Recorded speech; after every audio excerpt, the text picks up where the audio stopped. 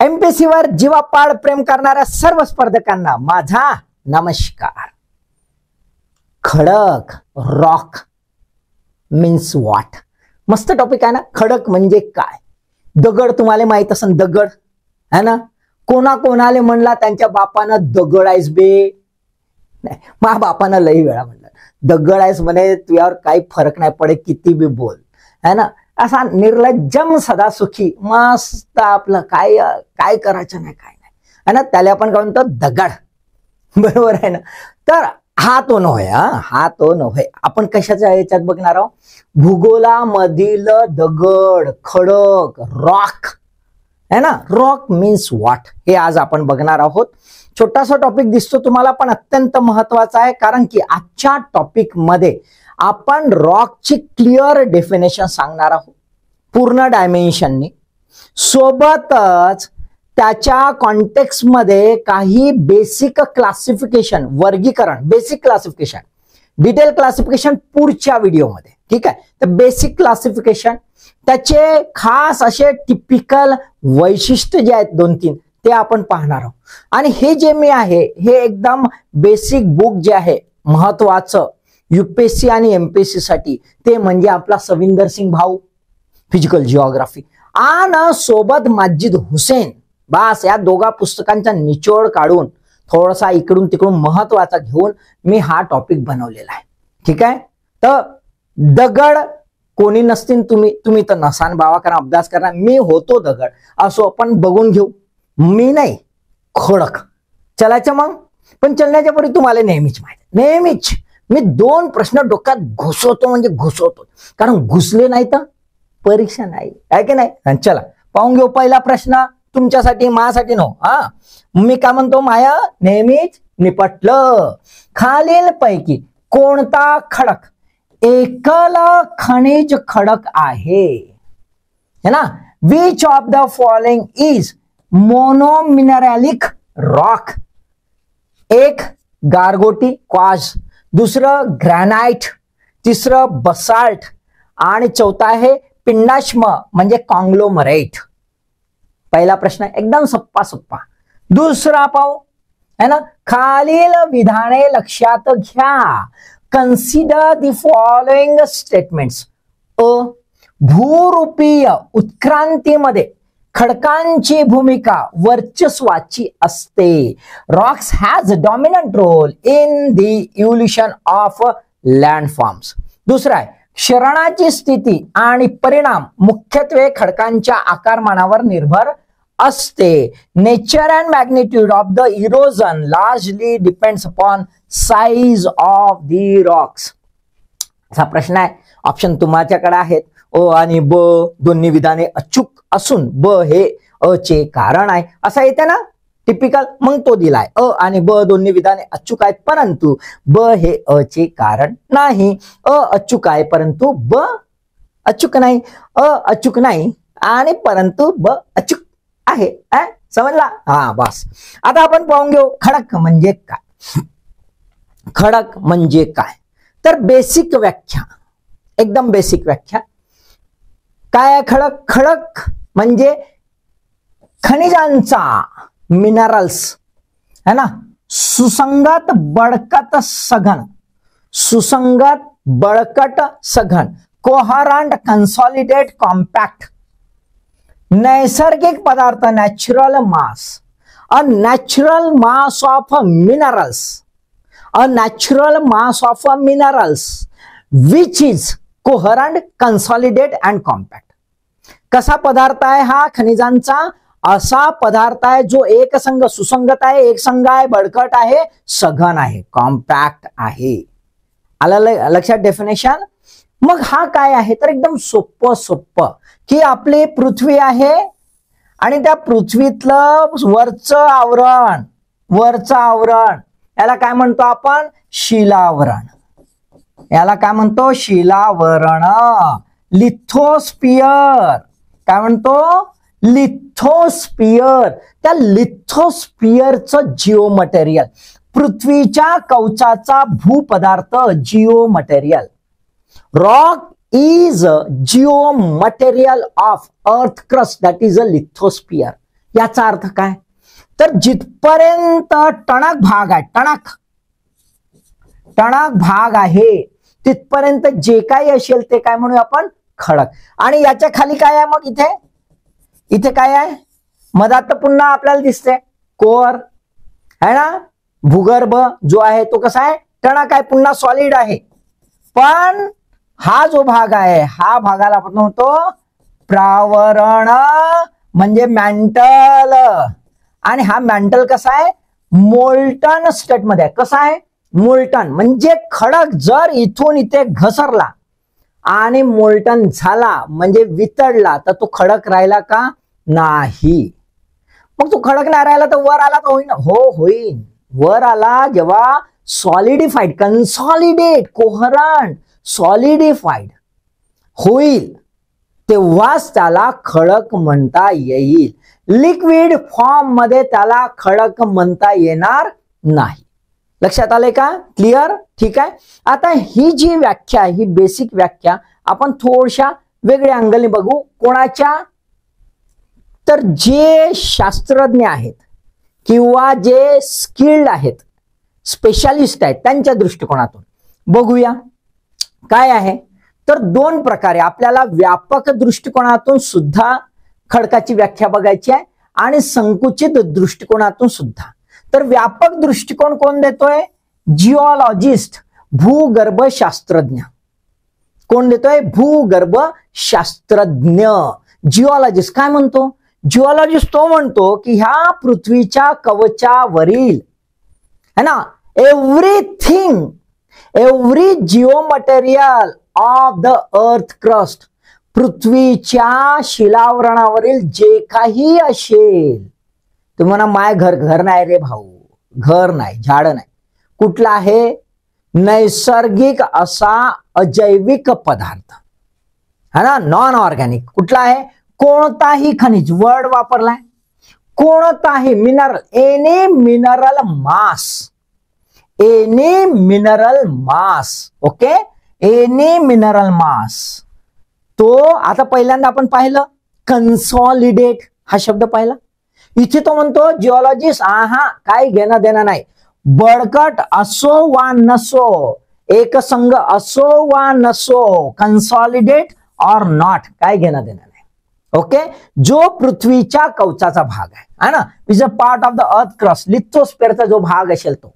आता आपल्याला काय दिसते? मिनरल्स कुठकुठे आहे? तर आपल्याला दिसेल मिनरल्स हे सॉइल मध्ये बी आहे, मातीमध्ये बी आहे. दुसरा आहे रेतीमध्ये आहे, सँड, रेतीमध्ये बी आहे. तुम्ही म्हणा हा खडक कसा? तर ते जिओलॉजिस्ट काय म्हणते? कन्सॉलिडेट असो की नसो पण काय आहे? मिनरल मास असला पाहिजे. खनिज पदार्थ, कुठल्याही प्रकारचा खनिज पदार्थ. लक्षात घ्या म्हणजे सॉइल पण येईन, सँड पण येईन, डस्ट पण येईन. डस्ट, धूळ. पण धूळ म्हणजे धूर नव्हे आपल्या गाडीतून सोडला आमच्या ना बर्रा तो नव्हे. धूळ वारा आला का धूळ उडतं, डोळ्यात जाते ना आपण करतो ते धूळ, डस्ट. आणि त्याच्यानंतर मग एनी स्मॉल रॉक्स है ना, पेबल्स, कॉबल्स, जे काय असेल ते सर्व. लक्षात आलं का? म्हणजे पृथ्वीच्या कवचातील आणि वरील सर्व काही mineral mass either consolidate or not consolidate. मग त्याच्यानुसार काय दिसते आपल्याला? म्हणजे हे काही घेणं देणार आहे का? नाही. मग जे कोहरंट असेल आणि कॉम्पॅक्ट, जे सघन असेल आणि सुसंगत असेल, असं कोणतंही जे मिनरल आहे त्याला काय म्हणतो आपण? खडक म्हणतो. कोणाच्या कॉन्टेक्स्ट मध्ये? आमच्या जिओलॉजिस्ट भाऊ, भूगर्भशास्त्रज्ञ. का? तर त्याचा मेन गाभा आहे मिनरल्स म्हणून. पण इकडे सिव्हिल इंजिनियर, ज्याले मोठ्या मोठ्या बिल्डिंग बांधायच्या आहेत है ना, मोठे मोठे डॅम बांधायचे आहेत, त्याच्यासाठी महत्वाचं काय? त्याच्यासाठी महत्वाचं आहे की त्याची कॅपॅसिटी, बिअरिंग कॅपॅसिटी, सस्टेन करण्याची कॅपॅसिटी. एखादी बिल्डिंग बांधली ना, गेली लमची खाली. एक नाही काय ऍडव्हर्टाइजमेंट आहे, तो म्हणते बाबा इथं तर माती धसून जाते, इथं कायले बिल्डिंग बांधतास, आपल्या पुट्ट्याला विचारते तो. तशी तर तिथे बिल्डिंग बांधू नाही शकत, असं तो म्हणते सिव्हिल इंजिनियर. मग सिव्हिल इंजिनियरच्या दृष्टिकोनातून खडक कसा आहे, हा नेहमी हार्ड असला पाहिजे आणि हा नेहमी कन्सॉलिडेट एकसंघ किंवा बळकट असला पाहिजे. हार्ड असलाच पाहिजे, कन्सॉलिडेट असलाच पाहिजे, किंवा और लोड बिअरिंग असला पाहिजे, भार त्याला सोसता आला पाहिजे. तर भार सोसणारा असा जो तो खडक. सिव्हिल इंजिनियरच्या कॉन्टेक्स्ट मध्ये मी दगड, कारण मी सगळा माझ्या बापाच्या शिव्या भार सहन करत होतो मस्तपैकी. Load bearing, getting the point, load bearing. पण ही कशी आहे, ही डेफिनेशन संकुचित आहे, संकुचित आहे, नॅरो आहे. ही डेफिनेशन कशी आहे, ही ब्रॉड डेफिनेशन आहे. आता ह्या ब्रॉड आणि नॅरो डेफिनेशनच्या मध्ये आपल्याला जे काय बघायचं आहे ते आहे खडक. खडक मध्ये महत्वाचं असलं पाहिजे मिनरल, मिनरल असलेच पाहिजे है ना. आणि दुसरं जे आहे त्याचं consolidation up to certain extent, up to certain extent असलं पाहिजे. असं जे काही असेल, असं mass of a mineral which is coherent, some sort of the consolidate है ना, अँड कॉम्पॅक्ट, बरोबर आहे. असं असेल तर त्याला आपण खडक म्हणूया. Clear, clear. आता इथे आपल्याला दिसते वारंवार एक शब्द, तो म्हणजे मिनरल, खनिज. आपण बघितलेला आहे याच्यापूर्वी खनिजाचा व्हिडिओ पाहिलाय. खनिज, खनिज म्हणजे काय, खनिज कसं ओळखायचं पाहिला नसेल तर तू जरूर पाहून घ्या है ना, तो महत्वाचा आहे. मग आपला गाभा जो आहे खडकाचा तो आहे खनिज. मग खनिज कशापासून बनतं, मिनरल कशापासून बनतं, मॉलिक्युल्स, मूलद्रव्य, मूलद्रव्यापासून मिनरल्स आणि मिनरल्स पासून मग कसं बनतात, रॉक्स, बरोबर आहे, राईट. मग आपण पाहिलेलं आहे मिनरल्स मध्ये एक किंवा त्याच्यापेक्षा अधिक मूलद्रव्यांपासून मिनरल्स बनतात. जे एकल असतात त्याला नेटिव्ह एलिमेंट आपण म्हटलंय, बरोबर आहे. नेटिव्ह एलिमेंट मिनरल्स पाहिलाय का याच्यापूर्वी, पाहून घ्या, ते मी सांगितलेलं आहे. तर ते मिनरल्स बनतात. तसंच रॉक सुद्धा आपल्याला दिसून येतात मिनरल्सच्या आधारावर. ते काय पाहून घेऊया. एक बेसिक क्लासिफिकेशन आहे रॉक्सचं, बेसिक. ते तुम्हाला कोणत्या पुस्तकात दिलेलं नाही. मग तू कुठून आणलास रे भाऊ, नाही कुठून नाही आणलो मी, कोणत्या पुस्तकात, म्हणजे तुम्ही जे वाचताय त्या पुस्तकात नाही. फार पिटुकलं असेल तर असेल, तर आपण समजून घेण्याचा प्रयत्न करूया. ठीक आहे, राईट, ठीक आहे. मिनरल कंटेंटच्या आधारावर बेसिक क्लासिफिकेशन, आपण वर्गीकरण पाहिलं तर आपल्या डोक्यात एकच येतं, ते कोणतं, ते कोणतं, अग्निजन्य खडक, बरोबर आहे, स्तरित खडक, रूपांतरित खडक, igneous rock, sedimental rock, metamorphic rock. ते ब्रॉड डेफिनेशन आहे, वर्गीकरण आहे. ते वर्गीकरण आपण पुढच्या व्हिडिओमध्ये पाहू, कारण की डिटेलमध्ये पाहायचं आहे, बरोबर आहे. मग त्याची अजून फोड करत जाऊ आपण, 2-4 व्हिडिओ बनवू त्याचे. का, आता आयडिया पूर्ण क्लिअर झाली आहे, पाहिजेच की नाही. आयडिया कशासाठी, तर जिओग्राफीमध्ये असे खोपच्या खापच्यातले बी प्रश्न विचारतात, ते बी क्लिअर झाले पाहिजे. असे सोपे सोपे तर विचारतात, खोपच्या खापच्यातले बी प्रश्न विचारतात, ते क्लिअर झाले पाहिजे. आणि ज्याच्या ऑप्शनल जिओग्राफी असं बापू त्याले तर मस्त पूर्ण मी सविंदर माजीत इकडून तिकडून, मग का उरते, काहीच नाही आहे ना. तर मिनरल कंटेंटच्या आधारावर 2 प्रकारचं क्लासिफिकेशन, वर्गीकरण. एक एकल खनिज मोनो मिनरलिक आणि दुसरा आहे बहुल खनिज मल्टी मिनरलिक और प्लुरल मिनरलिक. म्हणजे जिथे एकच खनिज असेल, एकच, त्याला मोनो मिनरलिक, आणि एक पेक्षा अधिक असेल, एक पेक्षा अधिक असेल त्याला आपण काय म्हणतो, मल्टी मिनरलिक और प्लुरल मिनरलिक. लक्षात आलं का. आता एका मूलद्रव्यापासून एक खनिज बनतं, एकाच मूलद्रव्यापासून, त्याला आपण नेटिव्ह एलिमेंट मिनरल्स म्हणतो, बरोबर आहे. गोल्ड वगैरे आपण पाहिलं. तसंच एकाच खनिजापासून, मग त्या एका खनिजात एकापेक्षा जास्त मूलद्रव्य असू शकतात, पण एकाच खनिजापासून. तिथलं पहिला उदाहरण आहे रॉक साल्ट. पहिलं उदाहरण आहे रॉक साल्ट. 100% हलकी फुलकी इम्प्युरिटी, हलकी फुलकी इम्प्युरिटी आणि 100% एकाच मिनरल पासून काढल्याचं हलाइट, काढल्याचं हलाइट. हलाइट हे मिनरल आहे, त्याच्यापासून तयार झालेलं रॉक साल्ट. दुसरं उदाहरण आहे कॉज गारगोटी एकच कॉज पासूनच, एकच याच्यात, ठीक आहे, राईट. परंतु जेव्हा मोनोमिनरलिक हा शब्द वापरतात त्याला थोडस लिबरल अँगलनी वापरला जाते.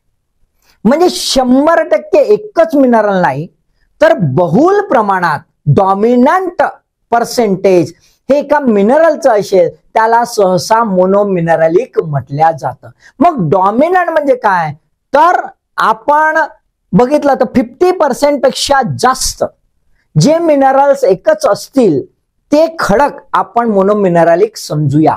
पण प्युअरली टेक्निकली ते मोनोमिनरलिक होत नाही, जसं रॉक सॉल्ट आणि क्वार्ट्ज झाले.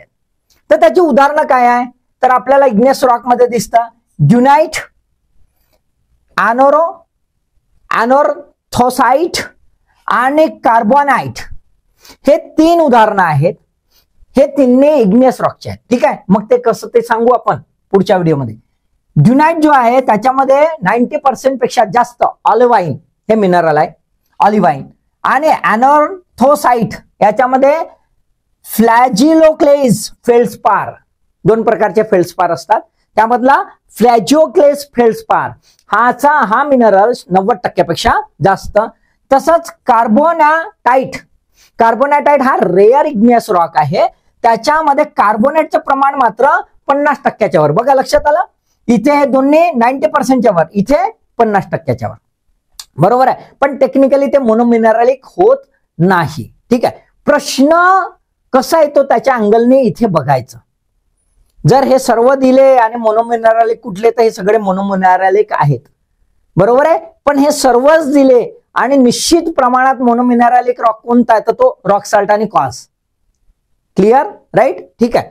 आता इतर जर मोनोमिनरलिक बघितले ज्याच्यामध्ये प्युअरली 50%च्या वर जे आहे एकच मिनरल, ते म्हणजे मार्बल आहे ना, मेटामॉर्फिक रॉक आहे, क्वार्ट्झाइट आहे, मेटामॉर्फिक लाइमस्टोन आणि सँडस्टोन हे सेडिमेंटरी रॉक आहेत, हे आपल्याला दिसून येतात, ठीक आहे. प्लुरलच्या कॉन्टेक्स्ट मध्ये एकापेक्षा अधिक, जसं ग्रॅनाइट आहे. काय आहे, ग्रॅनाइट आहे. ग्रॅनाइट मध्ये 3 मिनरल्स आहेत. किती मिनरल्स आहेत, 3 मिनरल्स असल्यामुळे हे काय आहे, प्लुरल किंवा मल्टी मिनरलिक आहे, बहुल खनिज आहे. तर आपल्याला असं लक्षात येईल की फारच कमी प्रमाणात, फारच कमी पर्सेंटेज मध्ये हे मोनोमिनरलिक रॉक आहेत. अधिकाधिक म्हणजे जिकडे पाहाल तिकडे तुम्हाला काय दिसेल, एकापेक्षा जास्तच मिनरल त्या खडकामध्ये दिसतील.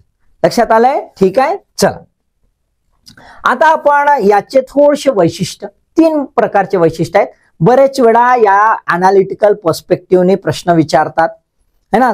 शास्त्रज्ञ जे आहेत, जिओग्राफर्स आहेत, जिओमॉर्फॉलॉजिस्ट आहेत, है ना, जिओलॉजिस्ट आहेत, त्यांनी आपल्या कॉन्टेक्स्ट मध्ये थोडासा फिलॉसॉफिकल टच देऊन खडकाचं वर्णन केलेलं आहे. पहिलं बघूया आपण, तर ते म्हणजे काय आहे, भूरूपीय याच्यामध्ये उत्क्रांतीमध्ये वर्चस्व कोणाचं आहे, खडकाचं. Dominant role in a landform evolution, खडकाचं वर्चस्व असतं, पहिलं त्याचं वैशिष्ट्य. दुसरं, खडक पर्यावरणाचे उत्पादक आहे, rocks are a product of the environment. आणि तिसरं, पृथ्वीच्या इतिहासाची पुस्तक आहेत, rocks are the books of earth history. अर्थची हिस्ट्री जी आहे, पृथ्वीचा इतिहास, त्याची ही पुस्तकं आहेत असं म्हटलेलं आहे. तिघांना आपण समजून घेऊया एक एक एक एक. पहिला म्हटलंय भूरूप उत्क्रांतीमध्ये याचं रॉकचं वर्चस्व आहे. आपण बघतो सर्व बाजूला भूरूप वेगवेगळ्या प्रकारचे आहेत, दिसत आहेत इथे भूरूप.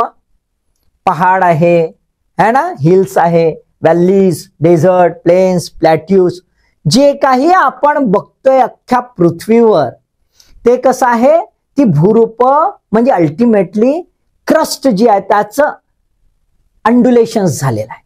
मग हे झालेलं जे अंडुलेशन्स आहे ते म्हणजे कोणाचं आहे, खडकांचं आहे. ते कोणाचं आहे, खडक यांचं आहे. आता हे जे खडक आहे, हे खडक भूरूप बनवतात कशाच्या आधारावर, तर खडकाचं स्वतःच रचना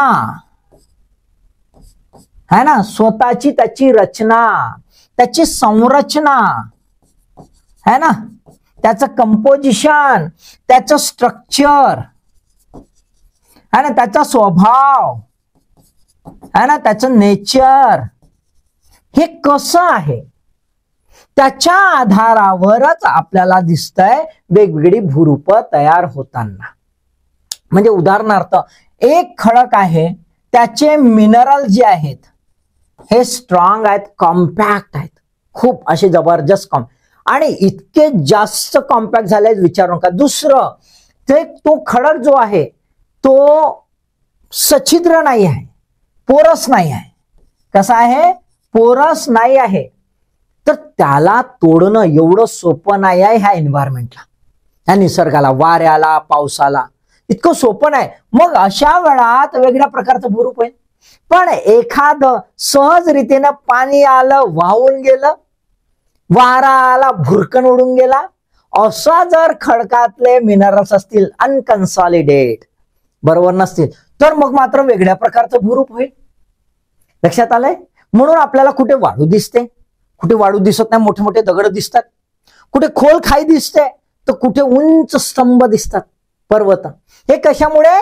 तर खडकाचं स्वतःचं स्वरूप, स्वतःचं नेचर. म्हणजेच काय? तर ह्या भूपृष्ठावर जे काही भूरूप निर्माण झाली आहेत है ना, लँड फॉर्मचं इव्होल्युशन झालंय, ते कशाच्या आधारावर झालंय? खडकाच्या स्वभावावर.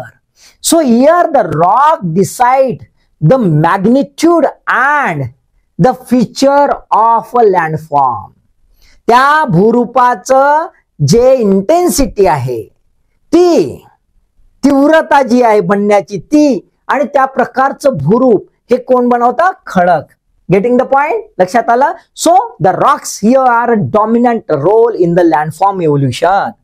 दुसरा महत्वाचा आहे, जरी लँडफॉर्म इव्होल्युशन मध्ये खडकाचं स्वतःचं वर्चस्व असेल, डॉमिनंट रोल निभवत असेल, तरी सुद्धा ज्या वातावरणामध्ये खडक आहे त्या वातावरणाचा खडकावर परिणाम होतो. बघा आहे ना, आपल्याला दिसतं मस्त कसा छत्री तयार झाली आहे, भूछत्र आपल्याला दिसतंय. कुठे दिसेल भूछत्र रूपाचं खडक?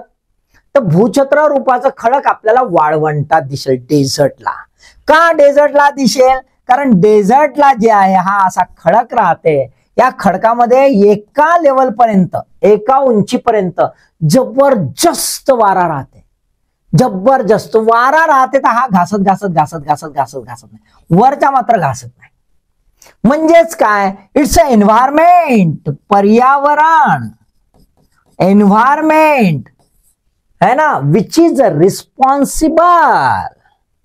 Responsible for the nature of a rock. रॉकचं स्वरूप कसं आहे है ना, रॉक कशा प्रकारचा आहे ते निश्चित वातावरण करतं. सोबतच खडकांची निर्मिती सुद्धा कुठल्या बदलणाऱ्या, जसं सेडिमेंटरी रॉक्स वगैरे आहेत, हे सुद्धा निश्चित कोण करतं? पर्यावरण, एन्व्हायरमेंटच करतं. तिथलं क्षरण कसं आहे, म्हणजे इरोजन कसं आहे, इरोजनचं मॅग्निट्यूड कसं आहे, कुठल्या प्रकारचं आहे, कोणतं इरोजनल जे ह्या आपलं टूल है ना, ते इरोजनल टूल कुठलं आहे, वारा आहे, पाणी आहे, काय आहे, कुठल्या स्तरावर आहे, त्याच्या आधारावरच आपल्याला काय दिसते? रॉक्स घडत असतात. लक्षात आले का? Means here the rocks are the product of the environment. पहिल्या याच्यात काय पाहिलं? Rocks are a dominant factors of the landform evolution. आता बघतोय आपण environment is responsible for the type of the rock. लक्षात आलंय? ठीक आहे. त्याच्यानंतर तिसरं आहे खडक पृथ्वीच्या इतिहासाचे पुस्तक. Rocks are books of the earth history and अजून एक आहे and fossils are pages of history of earth. पृथ्वीच्या इतिहासाचे पान जर बघाल तर फॉसिल्स आहेत आणि रॉक्स कसे आहेत? पुस्तकं आहेत. पण मग आता रॉक्स पुस्तकं आहेत आणि फॉसिल्स पेजेस आहेत असा शब्द वापरला म्हणजे काय? तर आपल्याला दिसतंय क्षरण होत आहे, इरोजन होत आहे. इरोजन झाल्यानंतर त्याचं वहन होत आहे ना, वहन होत आहे, वाहून नेतात हा ना. ट्रान्सपोर्टेशन, ट्रान्सपोर्टेशन झालं की त्याच्यानंतर आपल्याला काय दिसतंय, वहन नंतर डिपॉझिशन म्हणजे संचयन, संचयन डिपॉझिशन, मग कॉम्पॅक्शन होतं आणि अल्टिमेटली तयार काय होतात, सेडिमेंटरी रॉक. काय तयार होतात, सेडिमेंटरी रॉक, स्तरित खडक, स्तरित खडक हे तयार होतात. मग स्तरित खडक जे तयार होतात हे काय असे चालले वाहत वाहत वाहत वाहत, आणि एखादा बापू पोट्ट पाट्ट काहीतरी खोपच्या खापच्यात पाडात गेलं ना, असं असं असं माती आली पूर्ण धरलं आणि त्याला दाबून गेलं.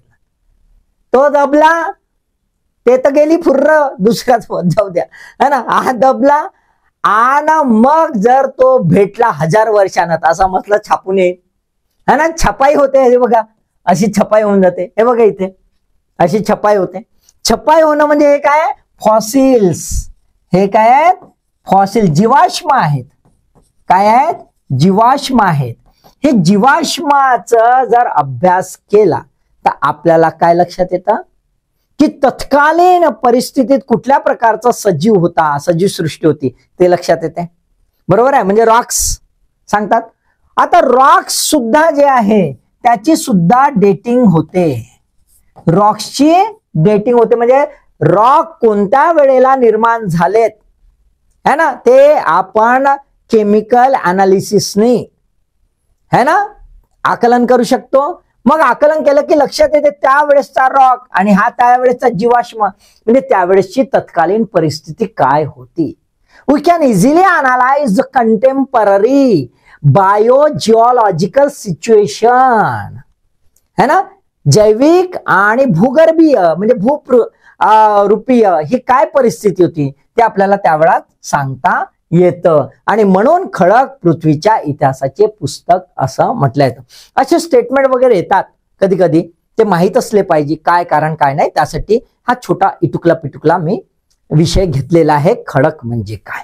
ठीक आहे, थोडंसं डिटेल क्लिअर करून दिलं. पुढच्या व्हिडिओमध्ये आपण काय बघूया, खडकांचे वर्गीकरण डिटेलमध्ये. ठीक आहे, चलायचं मग आता क्लोज, पुढचा व्हिडिओ स्टार्ट. ओके, तर मग अभ्यास करता म्हणून ऑल द बेस्ट.